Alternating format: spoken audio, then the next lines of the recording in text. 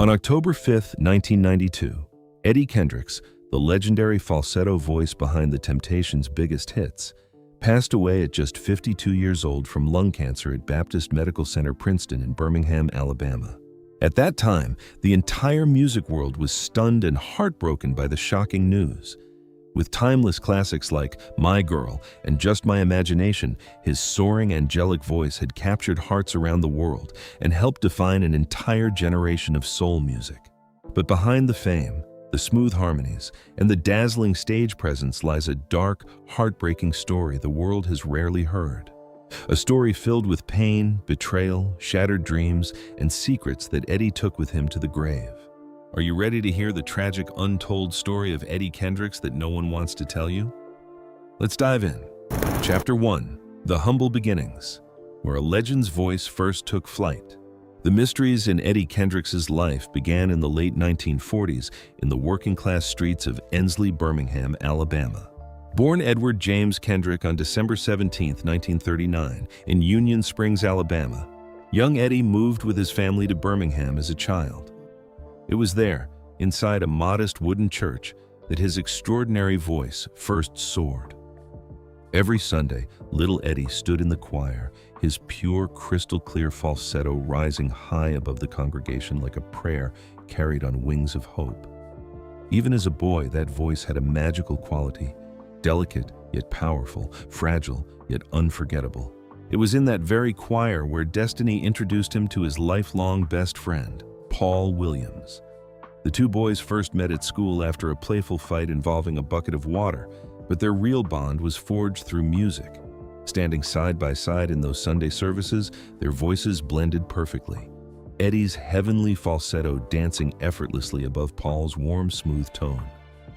From that moment, the two inseparable friends shared one dream: to sing their way out of poverty and into history. By 1955, that dream began to take real shape.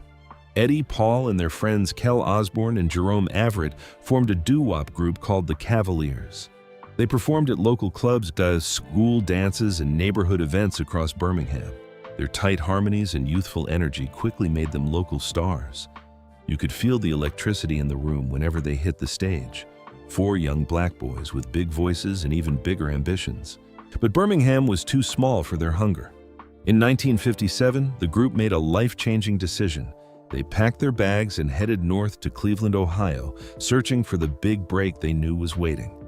They settled near the lively intersection of East 123rd Street and Kinsman Road, soaking in the rich musical energy of the city. It was there that fate smiled upon them. Talented manager Milton Jenkins discovered the group and saw something truly special. Under his guidance, they moved to Detroit and were reborn as the Primes, a name that carried elegance and promise.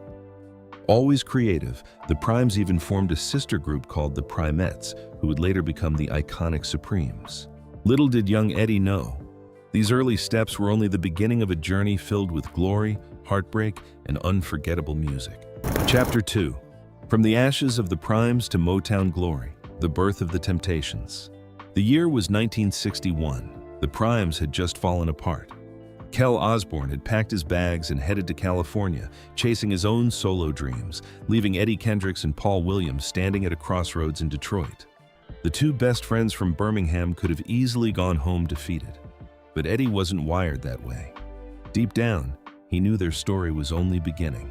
One fateful phone call changed everything. Otis Williams, leader of a struggling group called The Distance, along with Melvin Franklin and Elbridge Al Bryant, was desperately looking for two more strong voices for a crucial Motown audition. When he reached out to Eddie, Kendricks made one condition clear: "I'm only coming if Paul comes with me." Otis didn't hesitate. The deal was sealed. In a small, smoky rehearsal room in Detroit, 5 hungry young men came together: Otis Williams, Melvin Franklin, Al Bryant, Paul Williams, and Eddie Kendricks. They first called themselves the Elgins, and in March 1961, they auditioned for Motown. Berry Gordy himself was impressed by their tight harmonies and sharp choreography. Just days later, they signed their first contract, not as the Elgins, but as the Temptations. The name felt perfect. It carried danger, seduction, and irresistible charm. From that moment, the group stepped into the beating heart of Motown, the Hitsville, USA studio on West Grand Boulevard, where dreams were manufactured daily under the strict but brilliant watch of Berry Gordy. Eddie Kendricks quickly emerged as one of the group's most vital forces. Officially the first tenor, he became world famous for his breathtaking falsetto, that high, silky, almost otherworldly voice that could float above the music like smoke. When Eddie opened his mouth and let that falsetto soar on songs like The Way You Do the Things You Do, Get Ready, and later the masterpiece Just My Imagination, audiences were spellbound. His voice wasn't just singing, it was floating, crying, seducing. But Eddie contributed far more than just his voice. He was the group's vocal arranger, meticulously crafting those rich, layered harmonies that became the Temptations' signature sound. He also took on the role of wardrobe manager. One of his most legendary touches was designing the group's iconic purple suits for a major performance. When the Temptations stepped on stage in those sharp, coordinated outfits, they didn't just look like a group, they looked like stars. Off stage, Eddie was charming, stylish, and full of personality. The guys affectionately nicknamed him Cornbread, or simply Corn, because of his deep love for the Southern soul food staple. He moved with quiet confidence and had a magnetic presence that drew people in.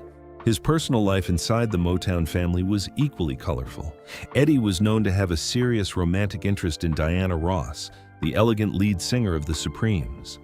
According to Otis Williams, Eddie pursued her with genuine affection, often speaking about her fondly. He also shared a close friendship with Martha Reeves of Martha and the Vandellas. For a short but memorable time, he was romantically involved with Supremes member Mary Wilson. In her book Supreme Faith, Mary later described their relationship as brief yet meaningful, and the two remained good friends long after. A dramatic moment few people know. One late night in 1964, after a grueling rehearsal, tensions were running high. The group had been practicing for hours, perfecting the choreography for their upcoming single. Eddie, ever the perfectionist, kept pushing them to refine the vocal layers. Al Bryant, frustrated and exhausted, suddenly snapped at Eddie, accusing him of trying to run the show. For a tense few seconds, the room went silent. Eddie, usually soft-spoken, looked Bryant dead in the eyes and said calmly but firmly, "We all shine together, or we don't shine at all." That quiet intensity helped diffuse the moment and reminded everyone why they were there. This kind of small fire was common in those early days. 5 strong personalities learning how to become one. By the mid-1960s, the Temptations had transformed from talented hopefuls into the kings of Motown. They started as background singers for Mary Wells, paying their dues and learning the game.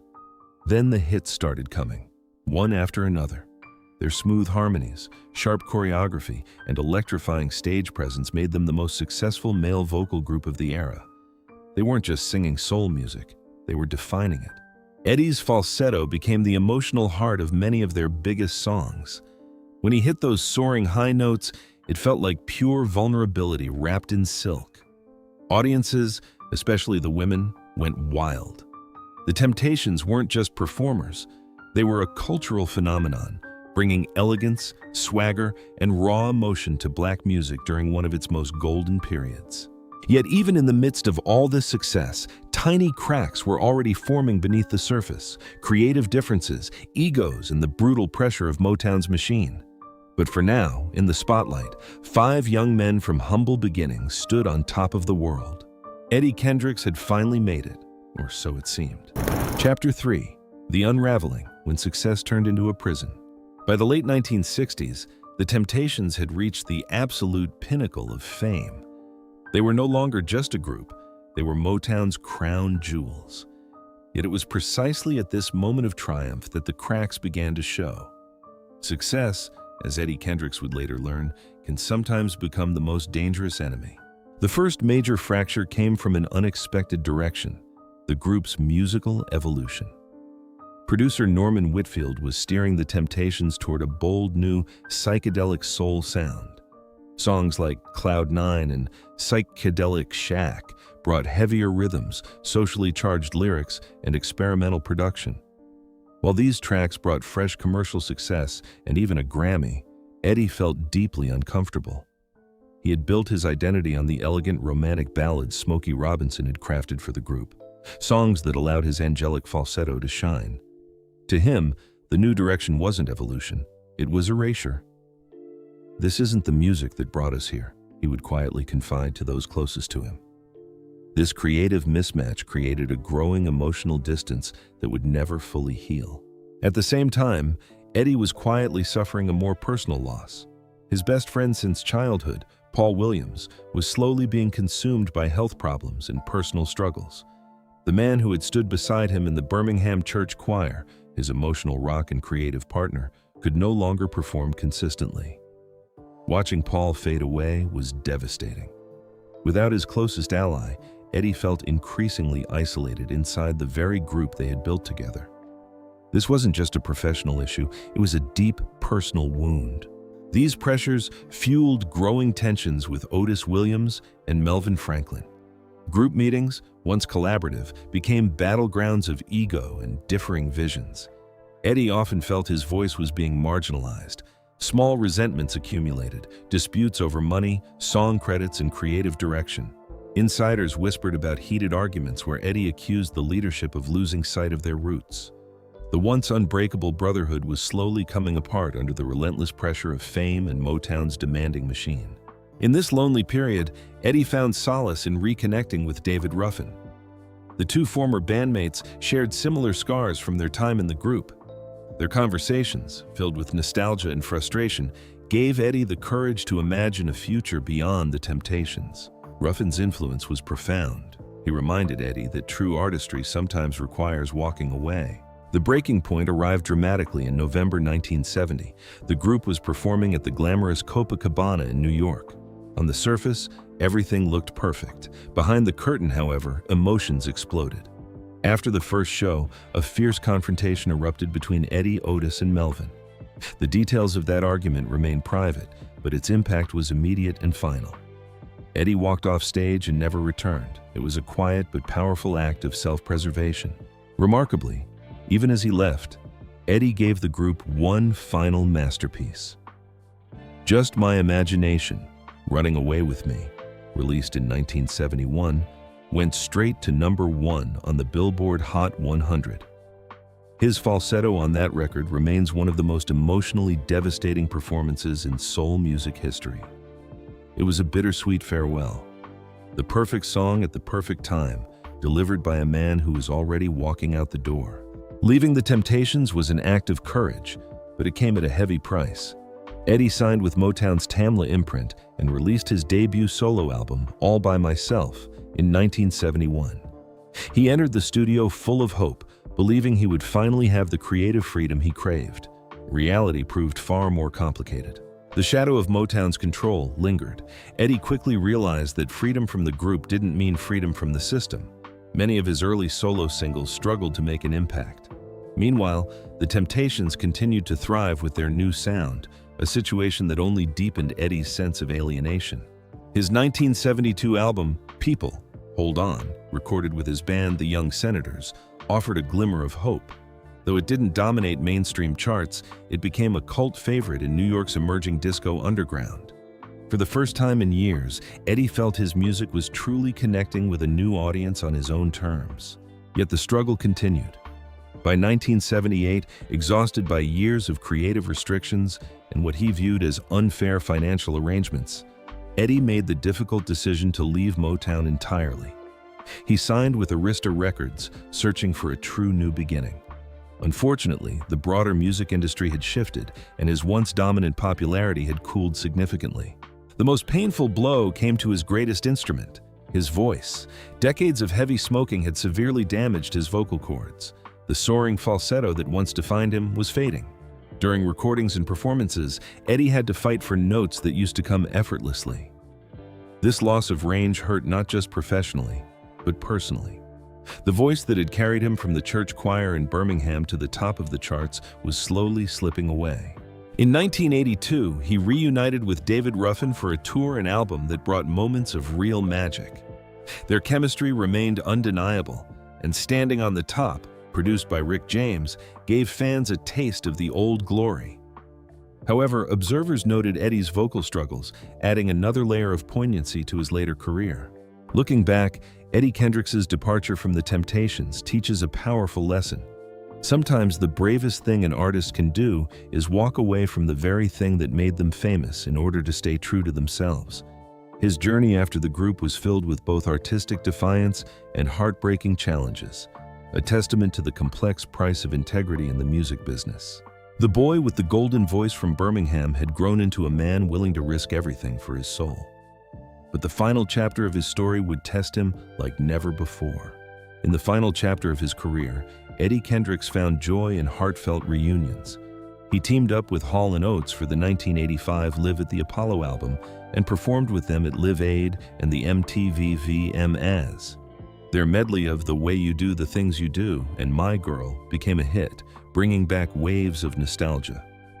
In 1989, the Temptations' induction into the Rock and Roll Hall of Fame was a deeply emotional moment filled with pride and bittersweet memories.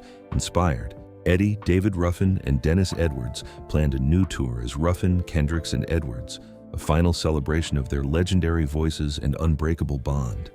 These later collaborations allowed Eddie to reconnect with his glorious past one last time. Chapter 4. The Final Battle: Illness, Heartbreak, and a Courageous Farewell. The early 1990s brought a cruel twist to Eddie Kendricks' story. After decades of performing, smoking heavily to cope with the stresses of the music industry, and pushing through vocal strain, the bill finally came due. In 1991, during a routine medical checkup related to his ongoing voice problems, doctors delivered the devastating news: Eddie had lung cancer. The moment is seared into the memories of those close to him. Sitting in a sterile doctor's office in Birmingham, the man whose voice had once filled arenas now struggled to process the words. The doctor pointed to the X-ray, showing the shadow that would ultimately claim his life. Eddie, ever the quiet warrior, reportedly took a long pause, then simply nodded. He had suspected something was wrong: the persistent cough, the fatigue, the way his once effortless high notes had abandoned him. But hearing the word cancer still felt like a punch to the soul. That same painful year, 1991, another devastating blow landed without warning. Eddie was still reeling from his own cancer diagnosis when the phone call came. David Ruffin, his longtime friend, former bandmate, and one of the most powerful voices in soul music, had died from a drug overdose on June 1st, 1991. The news hit Eddie like a sledgehammer. For several long moments, he stood frozen, the receiver still pressed to his ear, unable to speak. David wasn't just a singing partner. He was a brother who understood the glory and the darkness of their shared journey through Motown. The two had grown incredibly close again in recent years. They spent countless late nights talking about their dreams, their disappointments, and what life could look like after the Temptations. They laughed about old times, complained about the industry, and encouraged each other to keep fighting. Ruffin had been one of the few people who truly understood the weight Eddie carried: the creative battles, the longing for artistic freedom, and the slow fading of his once mighty falsetto. Now that voice of comfort was gone. Eddie attended Ruffin's funeral with a heavy, shattered heart. The service was filled with mourners, yet Eddie felt profoundly alone. As he sat in the church, memories flooded him. The electrifying nights on stage together, the heated arguments inside the group, the quiet moments of support when they both decided to leave the Temptations. At one point during the service, Eddie stepped away from the crowd, leaned against a wall outside, and began singing softly to himself, fragments of their old songs barely above a whisper.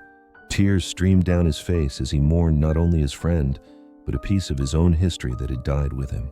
The loss of Ruffin deepened Eddie's isolation as he battled his own cancer. In quiet moments, he would later confide to close friends that David's death made him confront his own mortality even more urgently. It was as if the universe was sending a painful message: time was running out. This double tragedy, his own diagnosis followed so closely by the death of his soul brother, marked the beginning of Eddie's final chapter. Yet even in this darkness, he showed remarkable strength. He chose to keep performing, to keep honoring the music they both loved, turning his grief into one last powerful statement on stage. The bond between Eddie Kendricks and David Ruffin remains one of the most poignant stories in Motown history. Two legendary voices who rose together, struggled together, and ultimately left this world too soon, forever linked in the hearts of those who cherish real soul music. Despite the dual tragedies of his cancer diagnosis and the heartbreaking loss of David Ruffin, Eddie Kendricks refused to surrender quietly. In late 1991, he made the brave decision to undergo major surgery at a hospital in Birmingham to have one of his lungs removed in hopes of stopping the cancer's spread. The operation was extremely risky and grueling. Eddie, who had always taken pride in his elegant appearance and smooth stage presence, now lay vulnerable on the operating table. According to friends and family who were there, he remained remarkably calm in the hours before surgery. He reportedly told his children and close relatives, "I've fought all my life. I'm not stopping now." The procedure lasted several hours. When he finally woke up in the recovery room, the pain was intense. Breathing itself had become a struggle. The man whose soaring falsetto had once filled stadiums now found even normal conversation exhausting. Friends who visited him in the hospital described a deeply moving scene. Eddie looked frail and weakened, his once sharp style replaced by hospital gowns and bandages, yet his quiet determination still burned brightly. One close friend recalled seeing him sitting up in bed, softly humming old Temptations melodies to himself despite the discomfort. He spoke often about returning to the stage, saying music wasn't just his career, it was his reason for breathing. Recovery was slow, painful, and emotionally draining. Simple tasks like walking down the hallway left him exhausted. He had lost significant weight, and his voice, the instrument that had defined him, had been permanently altered. The legendary high falsetto that once came so effortlessly was now much harder to reach. There were moments of deep frustration and quiet tears when he tried to sing and the notes wouldn't come as they once did. During those difficult weeks, his family, particularly his children Paris, Aika, and young Paul, along with a few loyal friends from the old Motown days, took turns staying by his side. They brought him his favorite foods, including cornbread, played his old records, and reminded him of the lives he had touched. Eddie drew strength from their love and from memories of the church choir in Ensley where his journey began. Even in those dark hospital days, Eddie's spirit remained unbroken. He told visitors he still wanted to perform again. That determination led him back to the stage in the summer of 1992 for what would be his final tour. Though his body was failing, his love for music never wavered. Those who saw him in those last months witnessed not just a sick man, but a true artist fighting until the very end, with grace, dignity, and quiet courage. Miraculously, by the summer of 1992, Eddie was back on the road. He continued performing with Dennis Edwards, honoring the planned Ruffin, Kendricks, and Edwards project as a tribute to their fallen brother. Audiences who saw those final shows described them as deeply emotional. Eddie's voice was no longer the soaring falsetto of old, but every note carried profound meaning. He sang with the wisdom and pain of a man who had lived a full, complicated life. Fans wept openly, understanding they were witnessing a legend saying goodbye. Behind the scenes, however, the battle was taking its toll. The cancer had spread. Eddie grew weaker with each passing week. On October 5, 1992, a quiet Sunday, he was admitted to Baptist Medical Center-Princeton in Birmingham. He had been hospitalized since late September as his condition rapidly deteriorated. Family and close friends stayed by his side, reminiscing about the old days in Birmingham, the church choir, the wild nights with the Temptations, and the bittersweet solo years. Eddie Kendricks passed away that day at the age of 52. The news spread quickly through the music world, leaving fans and fellow artists stunned. A voice that had helped define Motown and soul music for an entire generation was gone. He was survived by his 3 children, Paris, Ika, and Paul Kendricks. The youngest son was named after his dearest friend Paul Williams, a touching final connection to the brother he had lost years earlier. In his last days, Eddie made sure his children knew how much he loved them and how proud he was of the man he had become despite all the struggles. In the days after Eddie Kendricks' passing on October 5, 1992, the music world came together to say goodbye.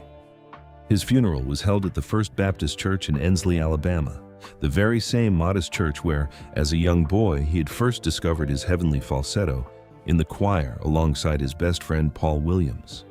The location made the moment profoundly poetic. Family, old friends, fellow musicians, and loyal fans filled the pews, many openly weeping as they remembered the gentle, stylish man behind the legendary voice.